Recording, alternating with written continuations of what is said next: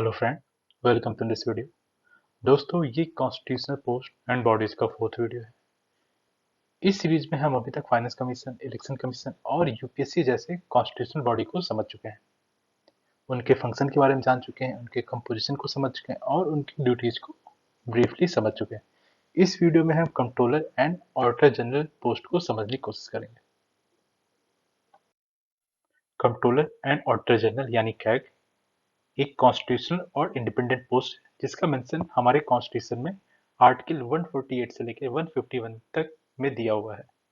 ये सिर्फ ना एक इम्पोर्टेंट कॉन्स्टिट्यूशनल पोस्ट है, इसके साथ ये इंडियन ऑडिट और अकाउंट्स डिपार्टमेंट को हेड भी करता है।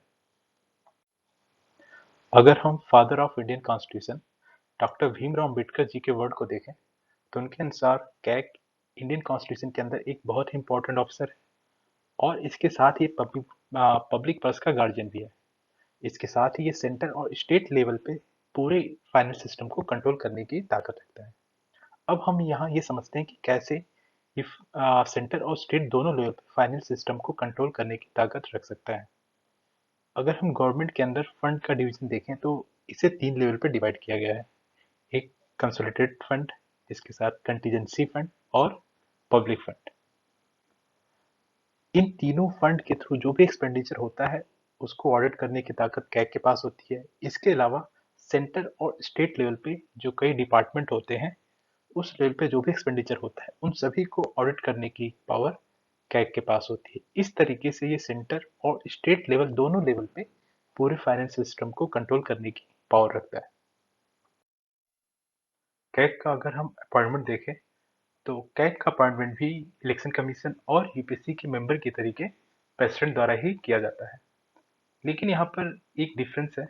जैसे हमने इलेक्शन कमीशन और यूपीएससी के मेंबर की कंडीशन में देखा था कि जो उनकी सर्विस कंडीशन थी वो प्रेसिडेंट द्वारा डिटरमाइन की जाती थी। लेकिन कैग के एस्पेक्ट में कॉन्स्टिट्यूशन ने ये पावर पार्लियामेंट को दिया है।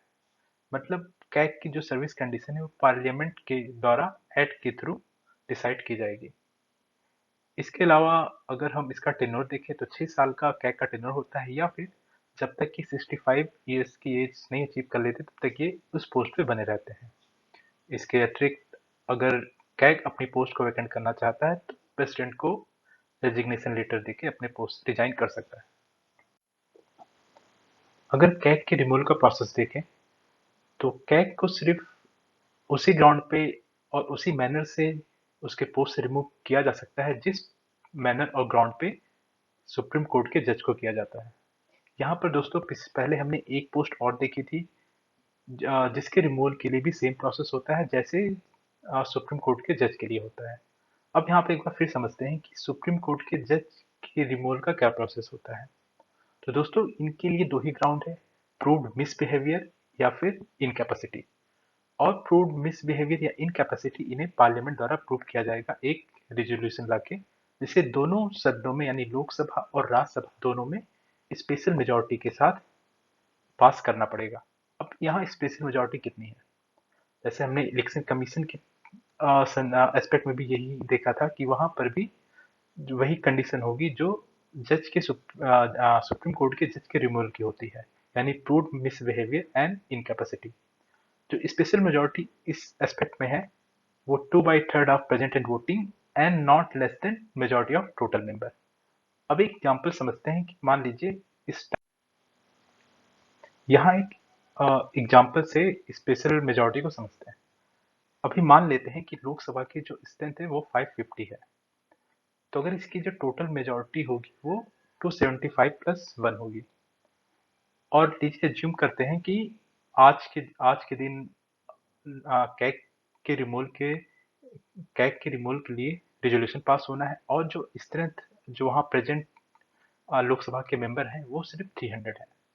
तो 300 में अगर 2/3 हम देखें तो केवल 200 प्लस 1 मेजोरिटी आती है। लेकिन जब अगर कैग के रिमूवल के लिए रिजोल्यूशन पास होना है तो वहां पर 275 प्लस 1 ही पास होना होगा, चाहे वो 300 हो या 400 हो। मिनिमम इतने होंगे ही। अगर 400 होंगे तो 400 का 2/3 भी होना चाहिए और 275 प्लस 1 भी होना चाहिए, या 275 से ज़्यादा भी होना चाहिए और 400 का 2/3 होना चाहिए। कॉन्स्टिट्यूशन ने कैग जैसे एक इम्पोर्टेंट ऑफिस को एक इंडिपेंडेंट बॉडी के रूप में स्टैब्लिश किया हुआ है। यहाँ हम ये देखेंगे कि ऐसे कौन से प्रोविजन है जो कैग को एक इंडिपेंडेंट पोस्ट के रूप में स्टैब्लिश करते हैं। अगर फर्स्ट प्रोविजन देखें तो फर्स्ट प्रोविजन है सिक्योरिटी ऑफ टेन्योर। हमें पता है इसका रिमूवल सेम उसी मैनर और ग्राउंड पे होता है जैसे सुप्रीम कोर्ट के जज का होता है, और वो बहुत काफी टफ होता है। उसके लिए एक स्पेशल मेजोरिटी चाहिए रिजोल्यूशन को पास करने के लिए।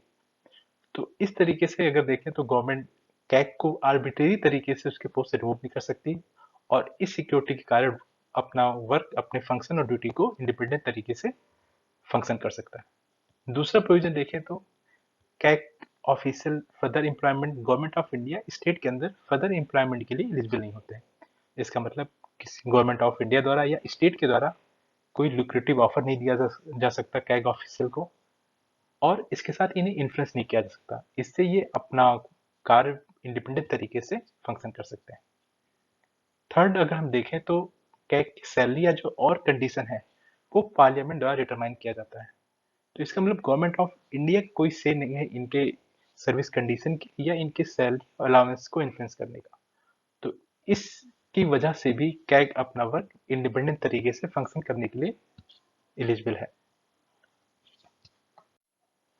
इसके अतिरिक्त जो भी एडमिनिस्ट्रेटिव एक्सपेंस होते हैं कैग ऑफिस के, इस पे इनके सैलरी और अलाउंस को लेकर भी ये सब कंसोलिडेटेड फंड ऑफ इंडिया पे चार्ज एक्सपेंडिचर होते हैं। इसका मतलब इस एक्सपेंडिचर पे कोई वोटिंग नहीं हो सकती है। जो भी एक्सपेंसेस होंगे वो consolidated of fund of India पे चार्ज होंगे, और उनको एक्सपेंस करने से कोई नहीं रोक सकता। ये सारे प्रोविजन कैग ऑफिशियल को इंडिपेंडेंट बॉडी के रूप में स्टैब्लिश करते हैं, और इन्हें किसी भी तरीके से इन्फ्लुएंस नहीं किया जा सकता। कैग की अगर ड्यूटीज और फंक्शन की बात करें तो कॉन्स्टिट्यूशन ने ये पावर पार्लियामेंट को दिया है कि जैसा चाहे कैग की ड्यूटीज और फंक्शन को डिटरमाइन कर सकता है। पार्लियामेंट ने CAG's duties power and condition of service act 1971 के थ्रू कैग की ड्यूटीज और फंक्शन को डिटरमाइन किया है। फर्स्ट फंक्शन देखें तो consolidated fund of India state and UTs with legislative assembly से जो भी एक्सपेंडिचर होता है उसे ऑडिट करने की रिस्पॉन्सिबिलिटी कैग की होती है। इसके अतिरिक्त कंटीजेंसी फंड और पब्लिक अकाउंट फंड, सेंटर और स्टेट दोनों लेवल पे जो भी एक्सपेंडिचर इन दोनों फंड से होता है इसके ऑडिट करने की रिस्पॉन्सिबिलिटी भी कैग की होती है। इसके अतिरिक्त सेंट्रल गवर्नमेंट और स्टेट गवर्नमेंट दोनों के जो डिफरेंट डिपार्टमेंट होते हैं उनके द्वारा जो अकाउंट मेंटेन किया जाता है उसके ऑडिट करने की रिस्पॉन्सिबिलिटी भी कैग की होती है। इसके साथ ही जो सेंटर और स्टेट लेवल पे जो डिफरेंट अकाउंट डिपार्टमेंटल अकाउंट्स होते हैं उनके केवल एक्सपेंडिचर को ही ऑडिट नहीं करता, ये भी देखता है कि एक्सपेंडिचर करने में रूल्स और प्रोसीजर को मेंटेन किया गया है, उसको फॉलो किया गया है या नहीं किया गया है, इन बातों को भी ऑडिट करने की रिस्पॉन्सिबिलिटी कैग की होती है। इसके साथ ही जो सेंटर द्वारा कोई भी बॉडीज या अथॉरिटीज होती हैं जो सेंटर द्वारा फाइनेंस की जाती है उसे भी कैग के द्वारा ही ऑडिट किया जाता है। इसके साथ ही जो गवर्नमेंट कंपनीज हो गई या अदर कॉर्पोरेशन और बॉडीज हो गई जिसमें गवर्नमेंट का जो शेयर है वो 51% से ज़्यादा होता है तो उसे भी कैग ऑडिट कर सकता है। इसके साथ ही प्रेसिडेंट या गवर्नर द्वारा अगर किसी और अथॉरिटी या बॉडी को ऑडिट करने की रिक्वेस्ट की जाती है तो उसे कैग ऑडिट करता है। सेंटर और स्टेट लेवल पर अकाउंट को मेंटेन रखने का क्या मैनर होना चाहिए, क्या प्रोसीजर होना चाहिए, इसको भी कैग के द्वारा प्रेसिडेंट को एडवाइस किया जाता है। इन सारे ऑडिट रिपोर्ट को कैग के द्वारा प्रेसिडेंट के सामने रखा जाता है, और प्रेसिडेंट इन रिपोर्ट को पार्लियामेंट के सामने रखती है जिसे दोनों सदनों में प्रेजेंट किया जाता है। अब यहाँ पर हम ऑडिट रिपोर्ट को एक बार समझते हैं कि कौन कौन C audit report CAG president के सामने रखता है। तो इन ऑडिट रिपोर्ट को 3 पार्ट में डिवाइड किया गया है। पहला audit report on appropriation account, दूसरा audit report on finance account, और तीसरा audit report on public undertaking. तो ऑडिट रिपोर्ट ऑन जो फर्स्ट जो है audit report on appropriation account, हमें पता है जब बजट पास होता है तो उस टाइम एक अप्रोप्रिएशन एक्ट पास किया जाता है कंसोलिडेटेड फंड ऑफ इंडिया से रुपयों को निकालने के लिए, या फिर वहां से एलोकेशन को जो बजट के द्वारा एलोकेट किए जाते हैं उसमें खर्च करने के लिए। तो जो वो रिपोर्ट होती है वो audit reports on appropriation account के अंदर आती है। फिर जो दूसरा एक audit report on finance account आता है, तो जो डिपार्टमेंटल अकाउंट होते हैं वो audit report on finance account के अंदर आता है। और जो audit report on public undertaking आती हैं, जो कई पीएसयूज हो गई या अदर गवर्नमेंट इंस्टीट्यूशन हो गए जहाँ पर, या ऑर्गेनाइजेशन हो गए, कंपनीज हो गई जहाँ पर गवर्नमेंट का शेयर 51% उससे ज़्यादा है, वो सब पब्लिक अंडरटेकिंग के अंतर्गत आएंगे। इसके अतिरिक्त जो नेट प्रोसीड ऑफ टैक्स होगा वो भी कैग के द्वारा ही असरटेन और सर्टिफाई किया जाएगा। अब हम एक बार नेट प्रोसीड ऑफ टैक्स देखते हैं। लास्ट वीडियो में जब हमने फाइनेंस कमीशन को देखा था, तो वहां पर एक बार फिर आया था कि नेट प्रोसीड ऑफ टैक्स, वहां पर जब सेंटर और स्टेट के बीच में टैक्स का एलोकेशन होना होता है, तो वो नेट प्रोसीड ऑफ टैक्स होता है। अब नेट प्रोसीड ऑफ टैक्स क्या होगा? जो टोटल टैक्स का कलेक्शन हुआ है, उसके बाद जो उसको कलेक्ट करने में जो एक्सपेंडिचर आया है, उसको घटाने के बाद जो टैक्स बचता है, उसे नेट प्रोसीड ऑफ टैक्स कहते हैं। तो इसका जो फाइनल सर्टिफिकेट होगा वो भी कैग के द्वारा दिया जाएगा, और कैग के सर्टिफिकेट के बाद ही फाइनेंस कमीशन इसे सेंटर और स्टेट के बीच में डिवाइड करने के लिए रिकमेंडेशन देगा। इसके अतिरिक्त CAG public account of committee के गाइड, फ्रेंड और फिलोसफर के रूप में भी एक्ट करता है। अब पब्लिक अकाउंट कमेटी क्या होती है, इसे जब हम कमेटी पढ़ेंगे तो उस टाइम इस टॉपिक को देखेंगे।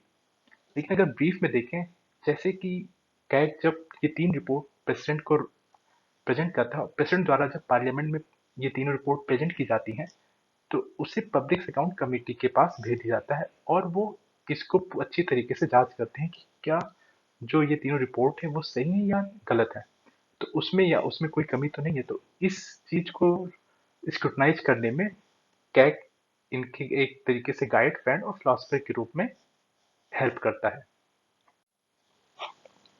दोस्तों, इस वीडियो में हमने कैग का एक अच्छी तरीके से ओवरव्यू ले लिया हुआ है। अगर हम देखें तो हमने इसके फंक्शन और ड्यूटीज को अच्छी तरीके से समझ लिया हुआ है। इसके बाद इसके टेन्योर और इसके रिमूवल के प्रोसेस को जान लिया है, और इसके साथ ही इसके इंडिपेंडेंट होने की जो प्रोविजन है उसे भी अच्छी तरीके से समझ लिया हुआ है। अगली वीडियो में हम एक नए एक कॉन्स्टिट्यूशनल बॉडी के साथ आएंगे। इस वीडियो में बस इतना ही, मिलते हैं अगले वीडियो में।